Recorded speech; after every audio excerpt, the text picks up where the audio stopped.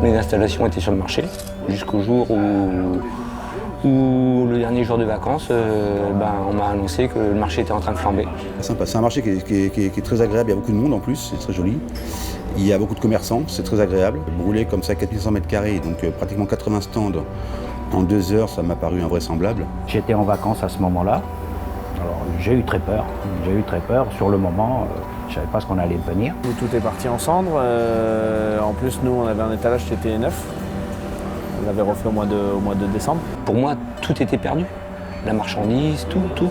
Et là, franchement, tu te creuses la tête, t'es abattu complètement parce que tout ce que tu avais envisagé est à plat.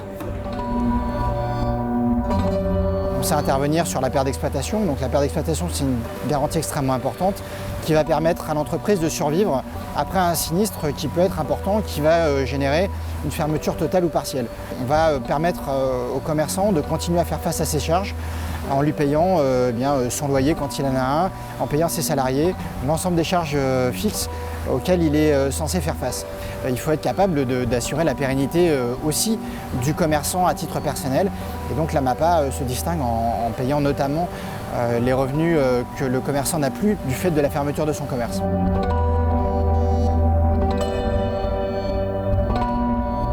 J'ai eu des personnes de la MAPA qui ont été très très efficaces. Et dans la semaine déjà, il y avait des solutions proposées et ça a été très vite, quoi. En une semaine et demie, le matériel était arrivé. Nous, l'objectif, c'était de réinstaller les commerçants le plus vite possible, principalement en vitrine réfrigérée. Dans notre métier, on est sur un délai principalement entre 4 et 6 semaines, entre le passage de commande et la livraison.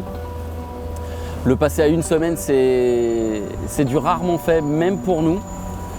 Mais on ne laisse pas nos clients dans la galère, surtout dans ce type de galère-là. Avec le concours de la mairie qui a mis un nouvel espace à disposition, on a fourni les moyens logistiques à travers la fourniture de vitrines réfrigérées adaptées à chaque type de profession. On s'est mis en relation très rapidement avec les différents syndicats qui sont les syndicats alimentaires pour apporter des solutions chacun à notre niveau et de manière complémentaire, avec comme seul objectif de permettre à ces professionnels de continuer à travailler dans les meilleures conditions.